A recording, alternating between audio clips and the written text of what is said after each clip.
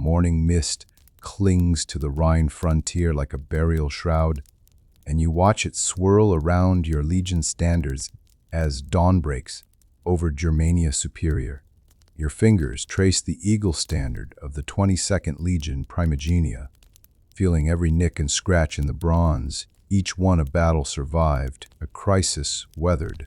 The year is Arbeck-Wuttersen AD, and the Roman Empire bleeds from 1,000 wounds. You are Marcus Silbanicus, though few know that name yet, a legate commanding 8,000 battle-hardened soldiers who trust you more than they trust the distant emperor in Rome. Your weathered face bears the scars of 20 years of frontier warfare. A Persian arrow's kiss on your left cheek, a Germanic blade's greeting across your forehead. Today, a messenger arrives on a foam-flecked horse, sliding from his saddle before the beast even stops. The sealed scroll in his trembling hand bears news that will change everything. Emperor Trebonianus Gallus is dead, murdered by his own soldiers in Interamna. The frontier erupts in chaos as the news spreads through the camp like Greek fire. You stand perfectly still as centurions look to you for guidance, their eyes holding a question they dare not speak aloud. In this moment of perfect crisis, you feel the weight of destiny settling on your shoulders like morning frost. Hey there. Tonight, you close your eyes and open them again in the year Arbeck-Wuttersen AD.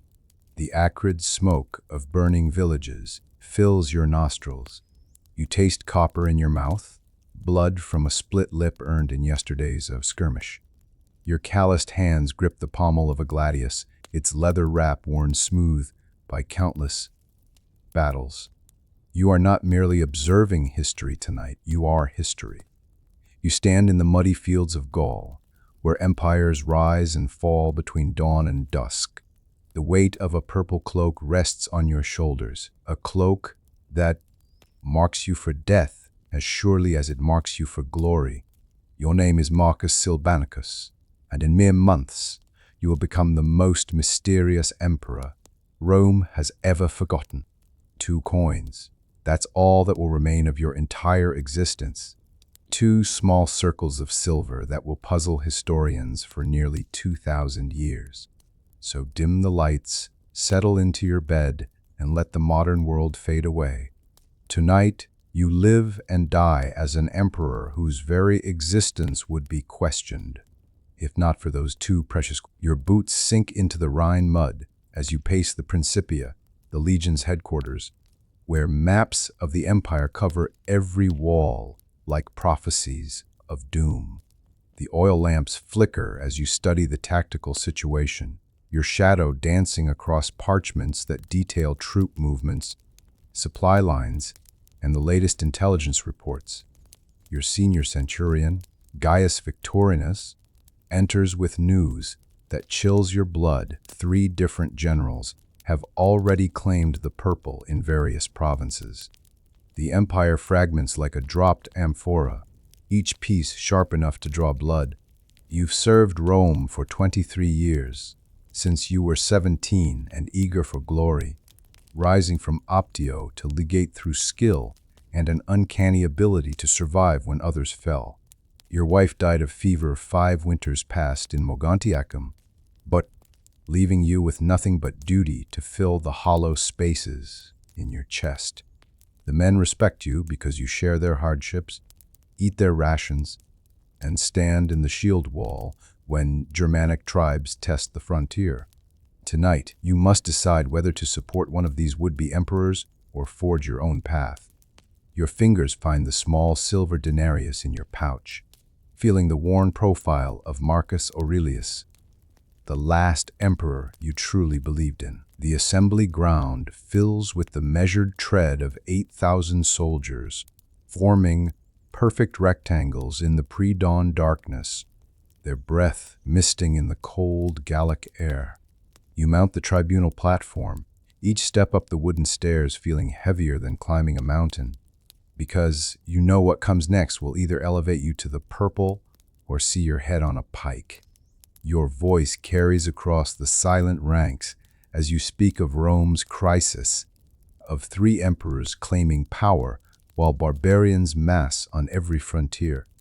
The aquifer raises the legion's eagle standard high, its golden wings catching the first rays of sunlight breaking through the clouds. You tell them about the corruption in Rome, the senators growing fat while frontier soldiers die for an empire that forgets their names. Your words find their mark. You see it in the tightening of jaw muscles, the straightening of backs, the hands that grip spear shafts just a little tighter. Then you speak the words that will echo through whatever history remembers of you. The empire needs a soldier's emperor, not another pampered aristocrat who has never held a shield or felt Germanic steel seeking his life. The silence that follows feels eternal, until one voice from the 3rd cohort shouts "Imperator." The cry spreads like wildfire through the ranks until 8,000 throats roar your name to the lightening sky. The purple cloak settles on your shoulders with the weight of the entire Roman world, dyed with murex shells worth more than most soldiers see in a lifetime of service. Your quartermaster, a shrewd Syrian named Antonius who has served 4 legates before you, supervises the minting of the first coins bearing your image and name Marcus Silvanacus Augustus.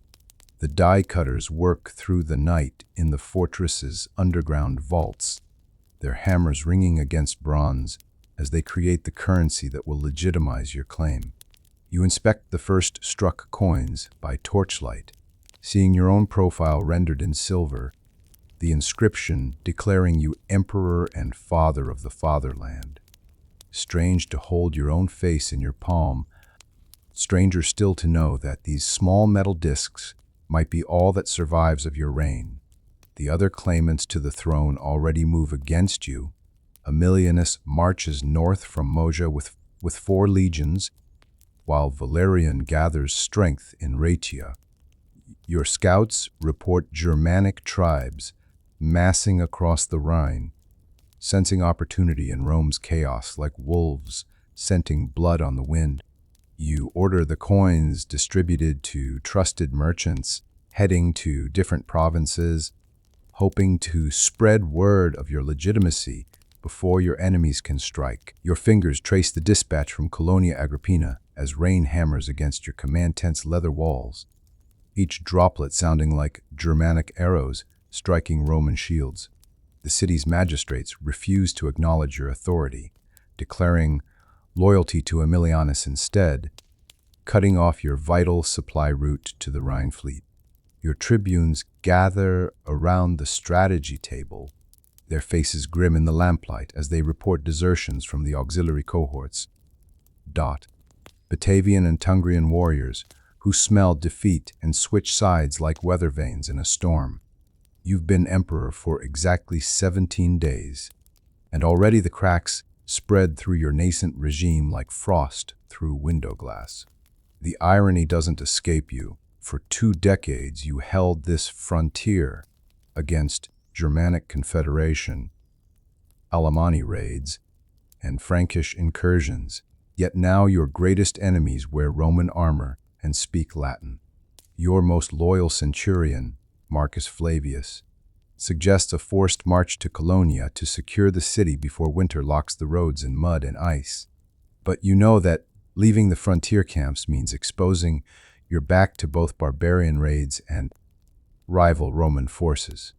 Every decision feels like choosing between different paths to destruction, yet you must project confidence to men whose lives hang on your tactical genius. The Germanic chieftain's head rolls to a stop at your feet, his blue eyes still wide with surprise as blood pools in the packed earth of the parade ground. You wipe your gladius clean with deliberate slowness, letting the assembled troops and barbarian envoys absorb the message. Marcus Silvanicus negotiates from strength, not desperation. The Alemanni delegates, their previous swagger evaporating like morning mist as they realize you.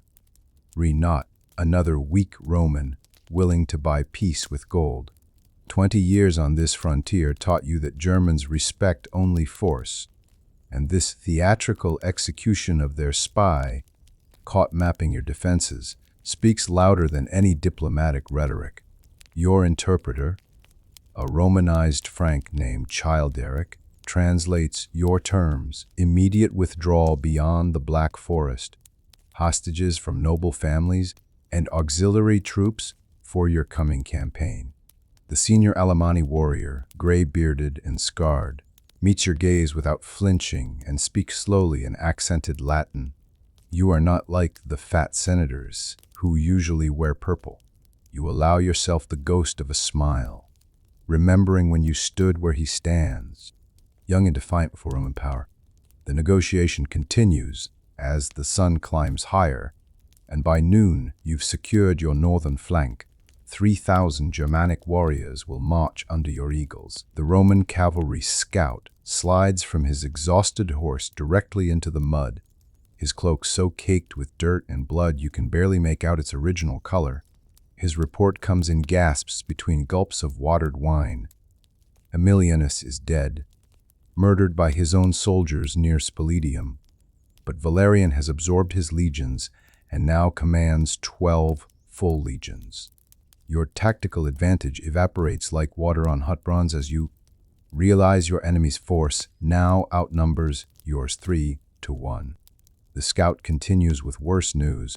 Valerian has already secured the loyalty of the Praetorian Guard with promises of double donatives, and the Senate has officially recognized his claim. You're no longer a rival emperor, but a usurper, a rebel, an enemy of the state in Roman law. Your quartermaster Antonius enters with ledgers showing your treasury can sustain your forces for perhaps another month before the soldiers' pay runs dry. Yet retreat means certain death. Your men would sell you to Valerian for amnesty before you could reach any safe territory. You must attack while you still have the loyalty of your legions. Strike fast and hard before Valerian can bring his superior numbers to bear. The map of Gaul spreads before you like a prophecy as you plan what might be your last campaign. Your boots crunch through frost-brittle grass as you inspect the hastily fortified position at Durocortorum, where the two Roman roads cross like the intersection of fate and ambition. The wooden palisades won't stop Valerian's siege engines, but they might slow his advance long enough for your desperate gambit to work. You've sent secret envoys to the Rhine fleet commanders, men who served under you before this madness began, offering them land grants and citizenship for their Germanic auxiliaries if they declare for you. The morning sun reveals Valerian's outriders on the distant hills, their armor glinting like stars against the brown earth. Scouts for an army that will arrive within days. Your own men dig trenches with desperate energy, knowing that earth and wood must somehow stop the most professional military force the world has ever created. The irony burns like bad wine. You spent decades perfecting the art of Roman warfare, and now you must find ways to defeat it. Your engineers, clever Greeks from Massilia, propose flooding the plains by breaking the aqueduct, turning the battlefield into a swamp that will negate Valerian's cavalry advantage. You approve the plan, though you know it means destroying infrastructure you spent years building.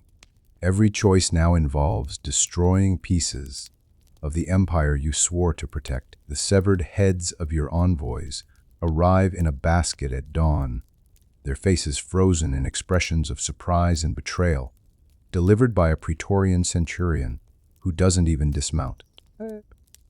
Valerian's message is clear. Yes, no negotiation, no terms, only total submission or death. You recognize one head as young Lucius, barely 20, who volunteered for the dangerous mission because he believed in your cause.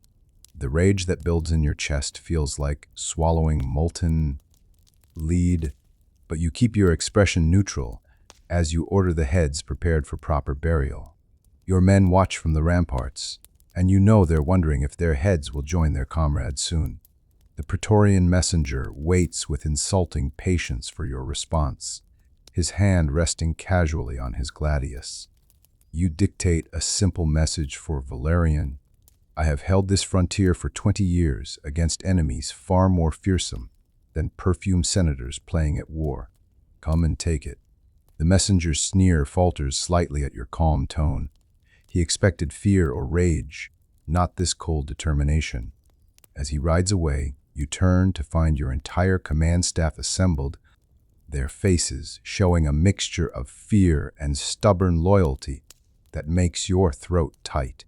Tomorrow, Valerian's main force will arrive, and you'll make your stand with 6,000 men against 18,000. The battle horn sounds across the misty plain as Valerian's legions emerge from the morning fog like spirits of war made flesh, their shields forming a red wall that stretches beyond sight.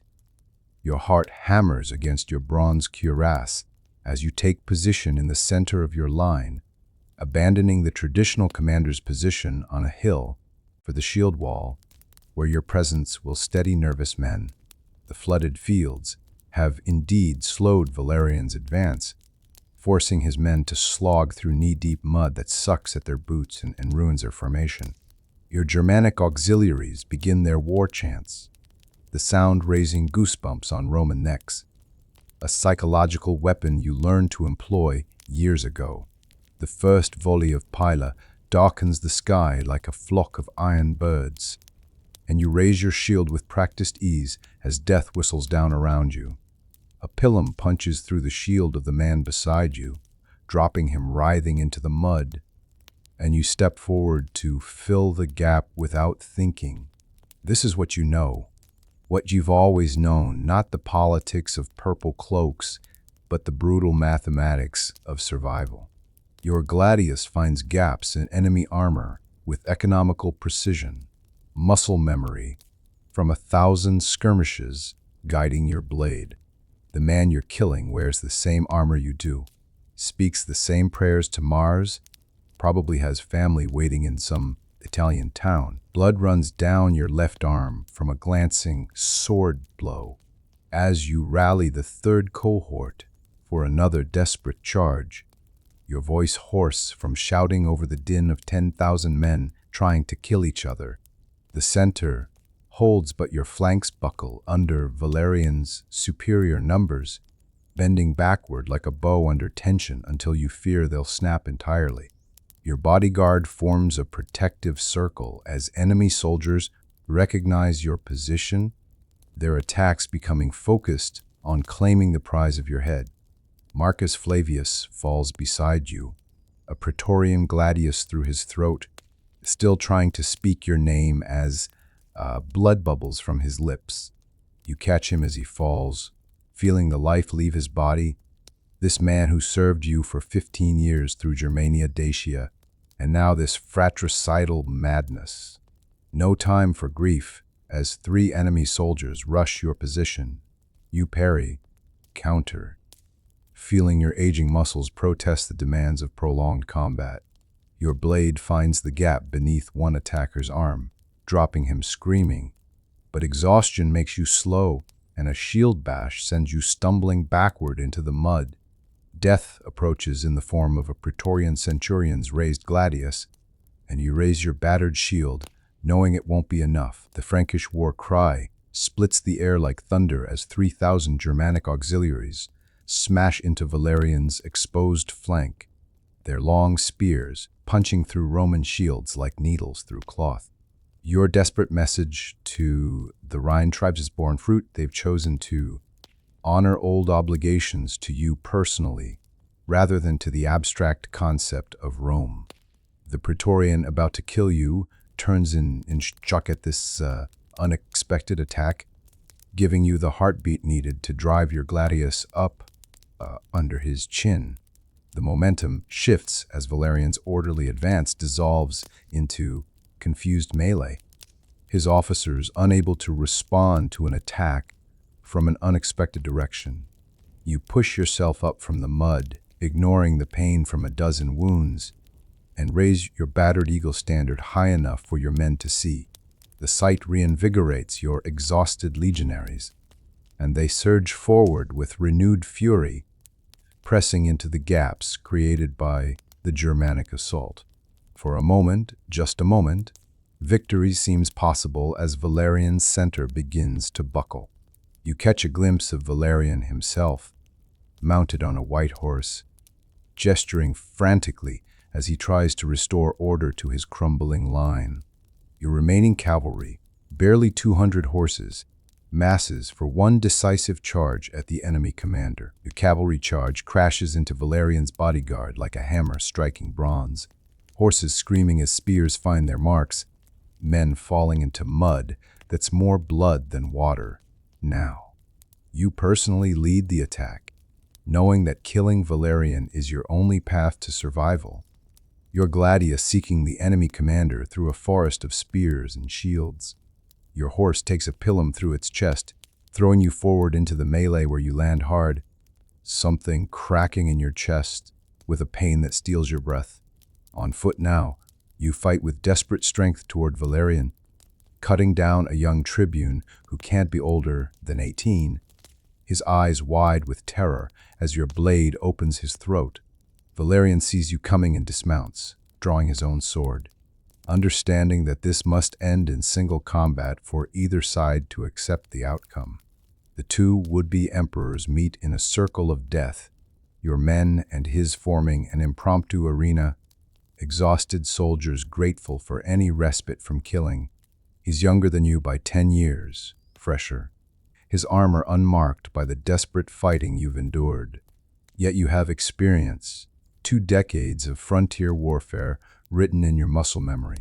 Steel rings against steel as you circle each other, testing, probing, each knowing that the empire itself hangs on this moment. Each impact jarring your broken ribs until breathing becomes agony.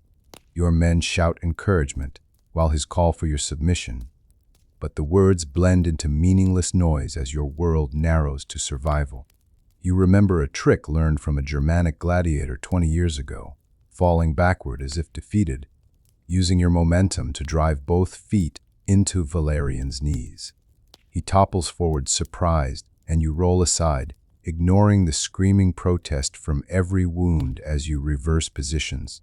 Your gladius finds his sword arm, cutting deep enough to make him drop his weapon, and suddenly you have your blade at his throat while he kneels in mud mixed with both your blood.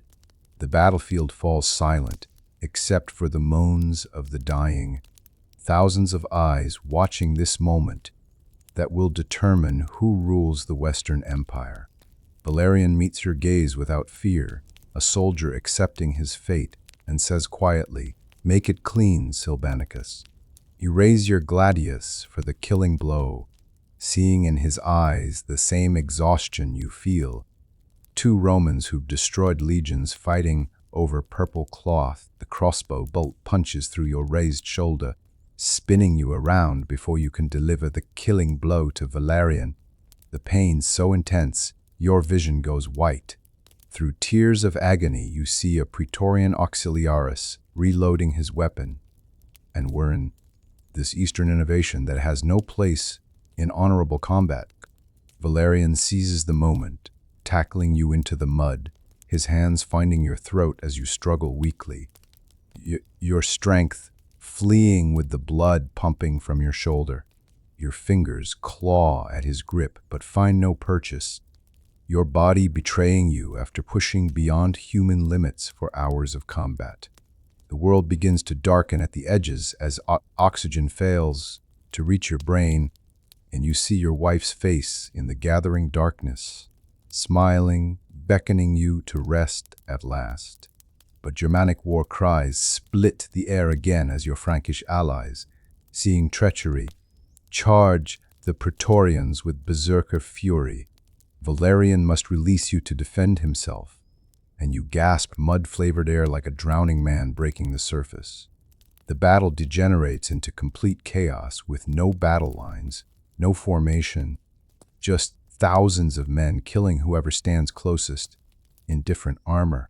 You try to stand, but your leg won't support weight, the thigh wound having severed something crucial, leaving you crawling through mud and blood like a wounded animal. Strong Germanic hands pull you from beneath a pile of corpses as darkness falls across the battlefield, your Frankish allies having driven off the remnants of both Roman armies.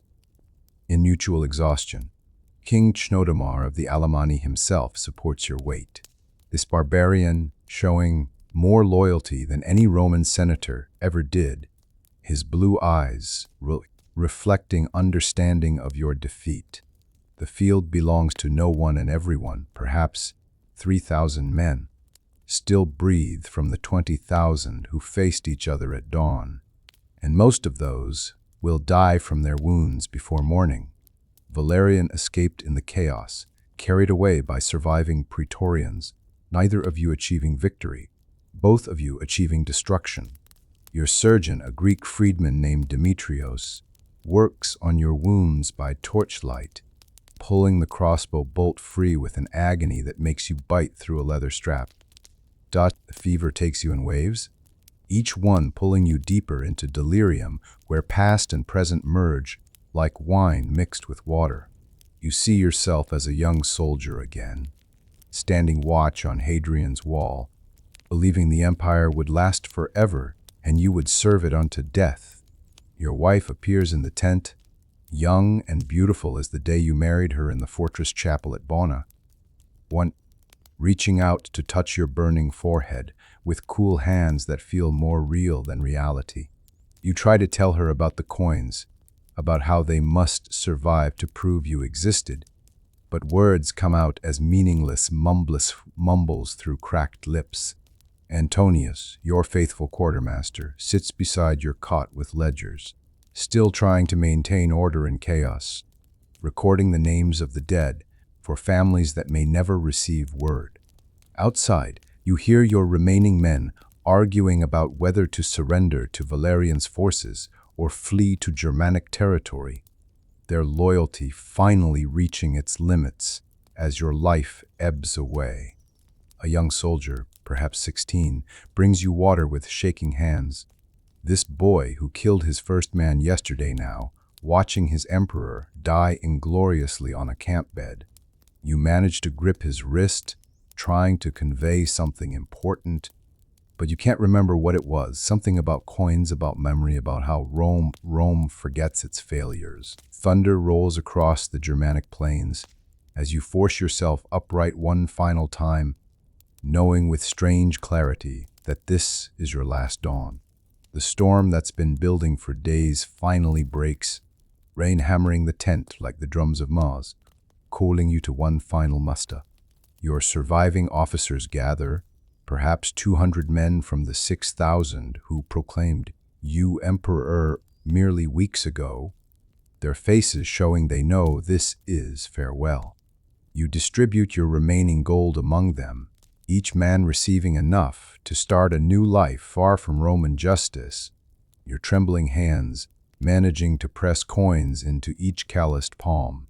The irony doesn't escape you. You're distributing wealth you'll never spend, from a treasury that will vanish with your death, using coins that bear your face, and titles that already fade into meaninglessness. You order them to scatter, to forget they ever served Marcus Silvanicus, to tell their children they fought for Rome, not for a failed usurper. Most weep openly as they take their gold.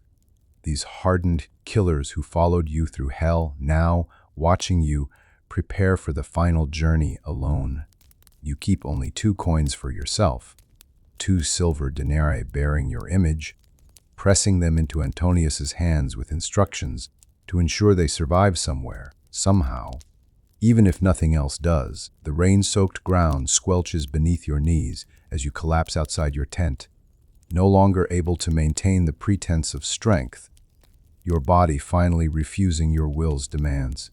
Lightning illuminates the abandoned camp like daylight for heartbeats at a time, revealing the detritus of a failed rebellion, discarded weapons, torn standards, scattered equipment, no one bothered to salvage. Your hands dig into Gallic mud as you try to crawl forward, driven by some instinct older than thought, perhaps seeking a place to die with dignity, though dignity abandoned you long ago. The 2 coins in Antonius's possession weigh on your mind more than your failing body, these small silver circles that must somehow escape the damnatio memoriae that awaits your name. You coughed blood that looks black in the storm's darkness, feeling ribs grinding against each other, knowing your lungs fill with fluid that will drown you from within. A wolf howls in the distance, or perhaps it's the wind through abandoned tents, or maybe your own mind creating phantoms as it prepares for the final darkness. You think about all the men who died for your ambition, good soldiers who deserved better than a general who thought himself worthy of purple. The rain washes blood from your face, like absolution you don't deserve. Canodomar finds you at dawn, still breathing somehow, your body's stubborn refusal to die, making you suffer through a night that felt like centuries. The Germanic king kneels beside you in the mud, his massive frame blocking the weak morning sun, speaking in accented Latin about honor and courage and how Romans used to understand such things. He offers you the warrior's mercy, a quick blade across the throat to end your agony, but you shake your head weakly, needing to see this through to its natural end. Your eyes can barely focus, but you see him nod with something like respect, understanding that you must complete this journey your own way. He tells you Valerian has proclaimed amnesty for any soldier who brings him your head, that already deserters race to claim the bounty, that your name will be erased from every monument and document. You try to speak, to tell him about the coins, but only pink foam emerges from your lips. Too damaged for words.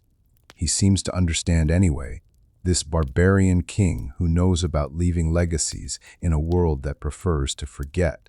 His warriors form a protective circle, keeping the carrion birds at bay, granting you these final moments of relative peace. You wonder if anyone will remember that Marcus Silvanicus died, surrounded by Germanic honor rather than Roman treachery. Your vision fractures into fragments like a broken mosaic as noon approaches, each piece showing different moments of your life in no order that makes sense. You see the first Germanic warrior you killed at 17, his blue eyes wide with surprise as your pilum found his heart, beginning a career built on efficient violence. Your wedding night flickers past, your wife laughing at some joke lost to time, her warmth more real than your dying body's cold.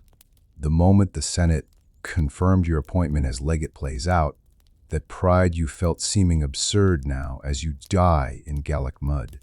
Antonius appears through your delirium, real this time, whispering that he's hidden one coin in a merchant's load bound for Britannia, the other with a priest heading to Rome itself. You try to nod, but aren't sure if your head moves, hoping he understands your gratitude for ensuring something of you will survive.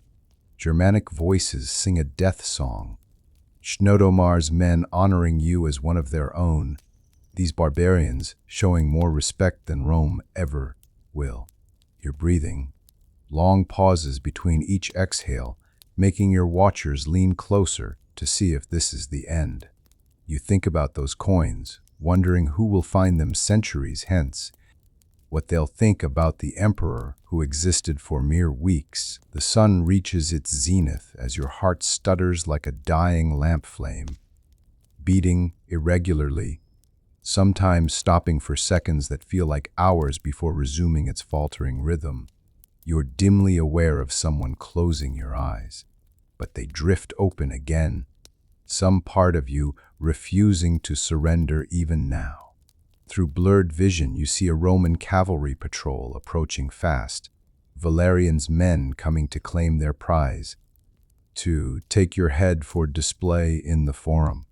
Chenodomar's warriors form a battle line, These Germans preparing to fight Romans one more time to protect your body, though you want to tell them not to die for a corpse. Your hand moves slightly, whether by will or dying nerve impulses you can't tell, fingers curling as if still gripping a gladius that isn't there. The approaching Romans slow, seeing the Germanic force, perhaps calculating whether one dead usurper's head is worth another skirmish. You hear negotiations in two languages, gold being offered, threats exchanged, honor and pragmatism wrestling like gladiators in the arena of words. Your vision goes completely dark, but hearing lingers, that cruel last sense that forces you to witness your body becoming commodity and symbol. Someone mentions the coins, asking if you had any imperial seals or treasures, and you feel distant satisfaction that they'll never find them. Your last heartbeat comes as the Roman commander and Chnodomar reach an agreement, your body to be returned for proper burial rather than desecration, in exchange for the Germanic withdrawal across the Rhine. You feel it stop, that muscle that has beaten through 53 years of life, through love and war and brief imperial glory, finally surrendering to damage too great to overcome. There's no pain at the end, just a strange lightness as if purple cloaks and bronze armor, and the weight of empire all fall away at once. Your final thought is of those two coins, traveling in opposite directions, carrying your name into a future you'll never see. Then thought itself ceases, Marcus Silbanicus, passing from emperor to memory to legend to mystery in the span of a dying breath.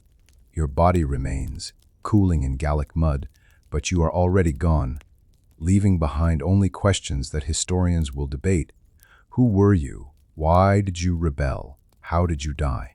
Chnodomar closes your eyes with surprising gentleness. This Germanic king performing the last service for a Roman who understood that honor transcends tribal boundaries. The living argue over your corpse, but you're beyond caring, beyond ambition, beyond the reach of Rome's judgment or mercy. Your body travels toward Rome in a common soldier's cart, wrapped in rough cloth rather than imperial purple. Your head carefully preserved in salt for Valerian's triumph. The two coins journey in opposite directions, one hidden in a grain shipment crossing the channel to Britannia, the other sewn into a priest's robes as he walks the Flaminian way toward the eternal city. Antonius keeps his promise even as Valerian's agents hunt him, changing his name and disappearing into the masses of displaced veterans, wandering the empire's roads. The merchant carrying the first coin knows nothing of his cargo's significance, just another denarius among thousands in his strongbox, your profile worn smooth by countless transactions. Weeks pass as your story transforms from news to rumor to footnote, each telling making your reign shorter, your threat smaller, until some claim you never existed at all. Valerian himself falls within the year, captured by the Persians and used as a living footstool by Shapur I, an ignominious end that makes your death in Gallic mud seem almost dignified. The priest reaches Rome as autumn falls, leaving the coin as an offering at the temple of Mars' altar, where it disappears into the treasury among millions of others. History forgets Marcus Silbanicus almost immediately, the damnatio memoriae so complete that even your enemies forget to hate you. The first coin surfaces in Londinium decades later, when a merchant's grandson discovers it while sorting his inheritance, puzzling over the unfamiliar emperor's name and portrait. He brings it to a scholar who checks the imperial records, finding no Marcus Silbanicus in any official history, deciding it must be a forgery or jest. The coin passes from collector to collector over centuries, each owner inventing stories to explain its existence. A provincial governor's vanity, a counterfeiter's mistake, a satirical token mocking imperial pretensions. Meanwhile, The second coin lies buried beneath the Temple of Mars when it collapses during a Gothic sack, sealed under rubble that won't be cleared for 1,000 years. Your name becomes less than legend, existing only on these two silver circles that no one believes authentic. Veterans who fought for you keep their silence unto death, taking your story to unmarked graves rather than risk their family's safety by speaking forbidden names. Shinadamar's people preserve a different memory, singing of the Roman eagle who died like a wolf, fighting to his last breath against impossible odds. But Germanic oral traditions hold no weight in Roman histories, barbarian songs dismissed as fantasies and lies. Your wife's grave in Mogontiacum receives no visitors after you die, the stone bearing her name eventually repurposed for new construction. Centuries flow like blood from a wound as Rome itself falls, your coins separated by the breadth of fallen empire, one resting in British soil, the other beneath Italian ruins. The Londinium coin passes through Saxon hands, Viking plunder, Norman conquest, each culture adding their own mythology to explain this impossible emperor. A medieval monk cataloging antiquities declares it proof of prideful deception, weaving a morality tale about ambition's price that has nothing to do with your actual life.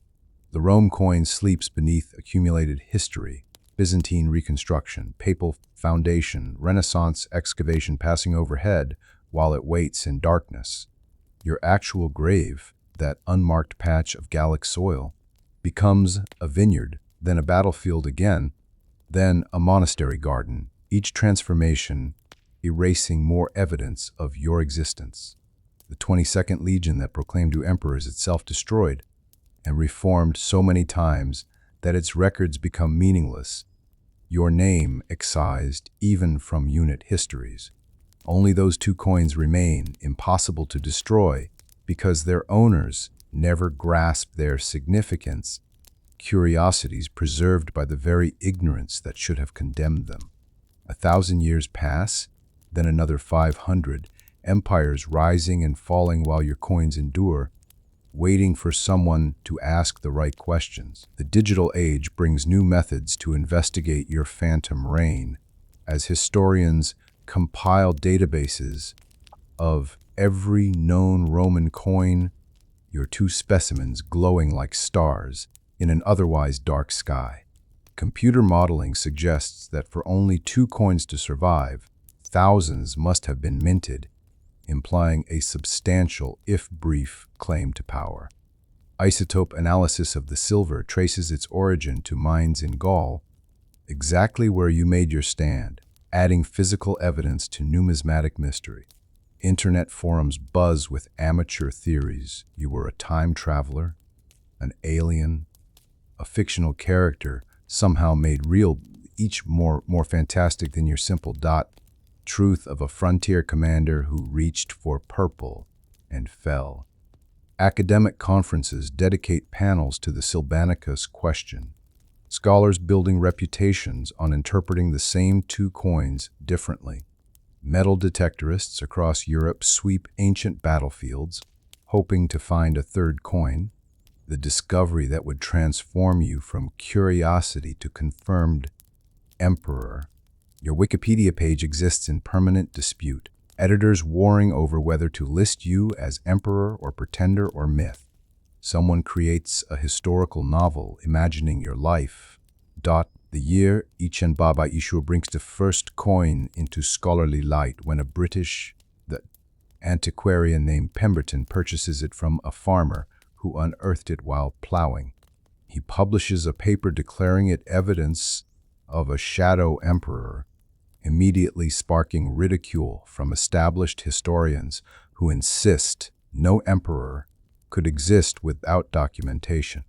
The second coin emerges in Ichen Jobite Century when Mussolini's workers excavating ancient Rome accidentally uncover the Temple of Mars ruins, though this coin disappears into a private collection before proper documentation. Your existence becomes an academic battlefield where careers die defending or denying you lived, each camp marshaling evidence that proves nothing conclusively. One professor suggests you were a military commander who briefly claimed power during the crisis of the 3rd century. Exactly what happened, but without proof, his theory joins hundreds of others.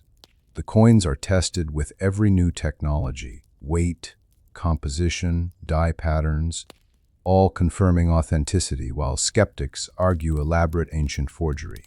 Modern archaeology finds a mass grave near Durocortorum, dated to Urbeck Wustersen CE, thousands of Roman soldiers killed in civil conflict, but no way to connect it to your last stand.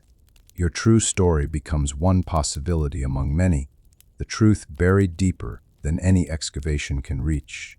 Museums label your coins attributed to Marcus Silvanicus' existence disputed. Tonight, in a climate-controlled museum vault, your coins rest in individual cases, their silver surfaces reflecting LED lights that you could never have imagined. A graduate student named Sarah stares at them while writing her dissertation, trying to reconstruct your life from 2 circles of metal and scholarly imagination. She correctly guesses you were a military commander, but misses the 20 years on the Rhine, imagines you younger, more ambitious, less exhausted by empire's weight. The cameras watch the coins constantly, protecting them with technology that seems like sorcery compared to your world of bronze and iron.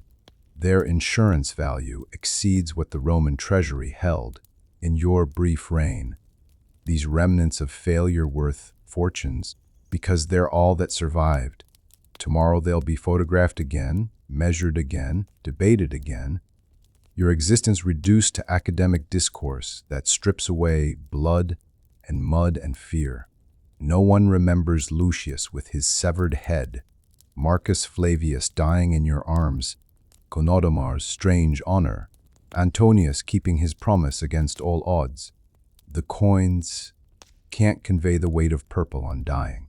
Shoulders, or the taste of defeat, mixed with rain and blood. They're just metal, just evidence, just questions without answers. But they survived. You existed. The proof lies in silver, waiting for someone to understand. A breakthrough comes when ground-penetrating radar reveals an anomaly beneath a French vineyard, a mass burial with Roman military equipment, exactly where your final battle should have occurred. The excavation proceeds with painful slowness, each layer of soil carefully sifted, every bone fragment catalogued and preserved. You find a purple cloak pin, corroded beyond recognition, but chemically confirmed as the type worn by someone claiming imperial authority. But online, amateur historians connect dots, the location, the timing, the purple pin, building a case that you were real. You fought here, you died here. Your coin's value triples overnight as collectors sense vindication approaching. These 2 silver circles, transforming from curiosities to crown jewels of numismatic collections. The French government declares the site a protected archaeological zone, ensuring no further disturbance of what might be your grave. Tourism companies already plan mystery emperor routes through ancient Gaul. You become profitable 2,000 years after dying penniless. Documentary crew arrives at dawn. Their cameras and lights transforming the ancient battlefield into a film set where your story will be told to millions. The direct action about forgotten history insists on accuracy even while acknowledging how much remains unknown about your life and death.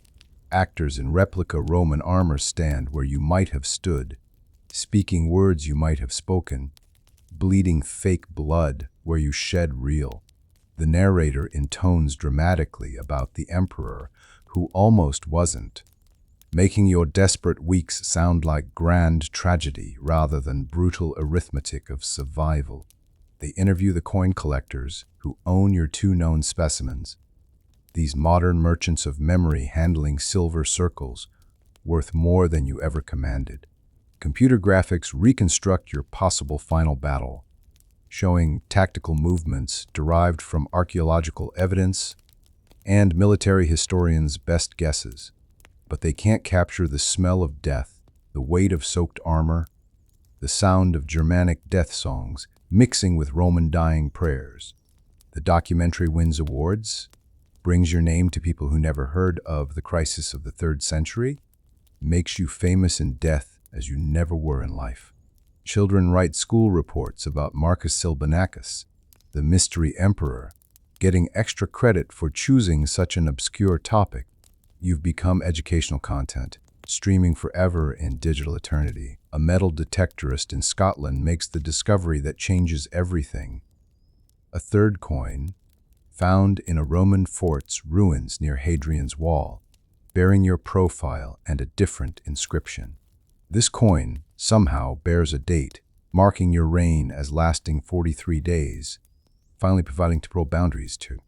The archaeological world explodes with excitement as tests confirm its authenticity, matching the silver composition of your other 2 coins perfectly. The inscription reads Victoria Germanica, suggesting you claimed some victory over Germanic tribes before your fall, adding complexity to your narrative. Museums bid frantically for this third witness to your existence. The price reaching millions before a joint acquisition allows it to tour globally. Historians rush to revise papers, update books, modify their positions on whether you deserve inclusion in official emperor lists. The Vatican's secret archives yield a medieval manuscript mentioning the 40-day emperor in a list of Rome's forgotten rulers, perhaps preserving some thread of truth through centuries. Your Wikipedia page loses its disputed tag, though debates continue about your legitimate status versus usurpation. 3 coins now, enough to suggest thousands once existed, enough to prove you were more than numismatic accident or ancient forger's joke. The discovery makes your name trending on social media as people marvel at history's ability to hide emperors. The virtual reality experience launches in museums worldwide, allowing visitors to live your final battle through sensory simulation that would have seemed like divine visions to your era. Users feel the weight of virtual armor, smell digitized mud and blood, hear the clash of bronze on bronze recreated from acoustic archaeology. Your last day becomes an immersive educational experience. Though sanitized for modern sensibilities, the gore reduced, the despair softened, the dying given dignity they probably lacked. A video game follows, players choosing whether to support your rebellion or remain loyal to Valerian, each path leading to different interpretations of those 43 days. Your name appears on merchandise, replica coins, t-shirts proclaiming Team Silvanicus, coffee mugs bearing your profile and the slogan Emperor for Sister Sundays. Academic purists rage against commercialization, while pragmatists note it funds further research into the crisis of the 3rd century. A genealogy company claims to have found your descendants through mitochondrial DNA analysis, though their methodology remains suspect. The French vineyard above your probable grave becomes a historical park, complete with reconstructed Roman camp and memorial to the unnamed thousands who died for competing purple cloaks. School children on field trips stand where you fell, taking selfies at the spot where empire meant nothing against mortality. The years ahead will bring new technologies to examine your coins, new theories about your reign, new fiction reimagining your life in ways you couldn't conceive. Quantum archaeology might one day reconstruct your exact DNA from trace evidence, building your face from genetic code rather than artistic interpretation. Historians will argue whether you were hero or villain, patriot or traitor, victim of circumstance or architect of disaster. Your coins will outlive the museums that house them, the nations that study them, perhaps the species that found them. They'll rest in whatever structures replace museums, studied by whatever intelligence replaces humanity. These silver circles carrying your name into futures where Rome itself becomes myth. Someone, somewhere, someone will hold your coins and wonder who Marcus Silvanicus was, why he mattered enough to mint currency, how he disappeared so completely from record. They won't know about your wife's laugh, your years holding the Rhine, the weight of Flavius dying in your arms, the taste of Gallic rain mixed with blood. They won't understand that empires are built on forgotten bones, their usurers, that every age has its shadow emperors who reached for glory and grasped only death. But they'll know you existed. 2 coins, then 3, prove that much. Marcus Silvanicus Augustus lived, ruled, died. The rest is interpretation, imagination, educated guessing at truth buried deeper than any archaeology can reach. Tonight, as you sink into sleep, remember that you were Marcus Silvanicus for these pages, these moments, these imagined breaths of a man who might have lived exactly as described or completely differently. Your modern eyes close as his ancient ones did, finding rest after battle, peace after struggle, silence after the thunder of ambition. The coins remain real. You can see them in museums, hold replicas, wonder at their stubborn testimony to existence. A man whose entire history fits on 2 circles of silver, the size of your thumbnail, ruled 43 days and died forgotten, yet achieved a strange immortality through mystery itself. History knows the names of successful emperors, their deeds recorded in marble and manuscript, but perhaps there's something more honest in being remembered, only as questions. You lived as shadow, died as footnote, survived as riddle, the emperor who exists because 2 coins insist he must have. Tomorrow you'll wake to your modern life.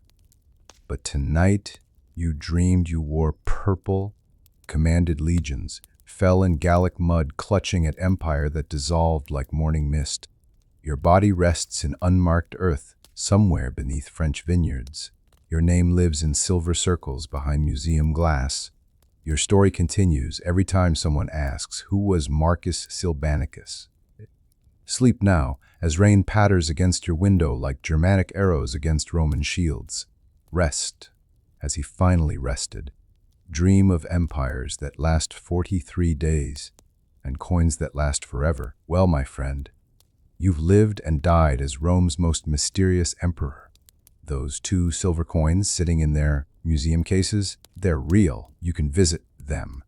Marcus Silvanicus, if that was even his true name, existed for 40-3 days of blood and ambition before vanishing into historical silence.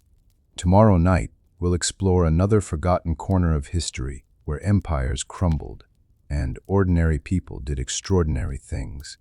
But for now, let the rain outside become distant thunder over ancient Gaul. Let your bed become more comfortable than any emperor's camp cot. Sleep well, knowing that sometimes the greatest mystery is simply proof that someone existed at all. Sweet dreams, my modern Marcus Aurelius, until tomorrow's forgotten tale.